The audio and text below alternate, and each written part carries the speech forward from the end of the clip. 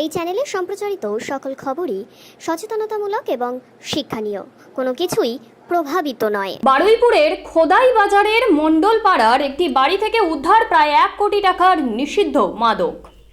মঙ্গলবার বারুইপুর থানার পুলিশকে সঙ্গে নিয়ে ওই বাড়িতে তল্লাশি চালায় রাজ্য পুলিশের স্পেশাল টাস্ক ফোর্স। পুলিশ ও স্থানীয় সূত্রে খবর, 4তলা বাড়িটি এক হোমিওপ্যাথি চিকিৎসকের। সেখানে একতলায় বছরখানেক ধরে ভাড়া থাকতেন মোদলেস শেখ নামে উস্থির বাসিন্দা এক ব্যক্তি।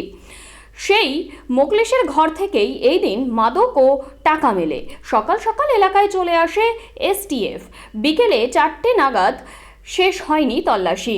সূত্রের খবর, স্ত্রী ও 2 ছেলেকে নিয়ে ওই ঘরে থাকতেন মোকলেশ। এলাকায় একটি দোকান চালাতেন বলেই জানা গিয়েছে।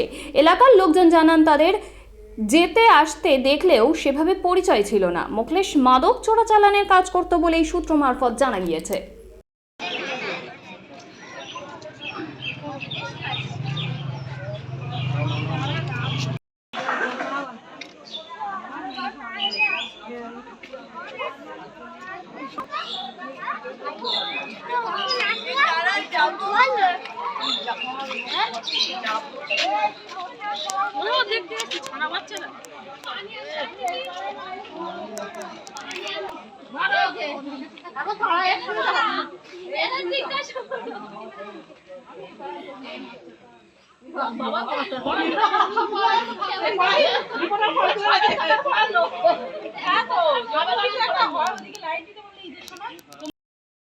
হয়ে গেল, ব্যাস ব্যাস, অভিনয় শেষ হয়ে গেল। আর করবো না।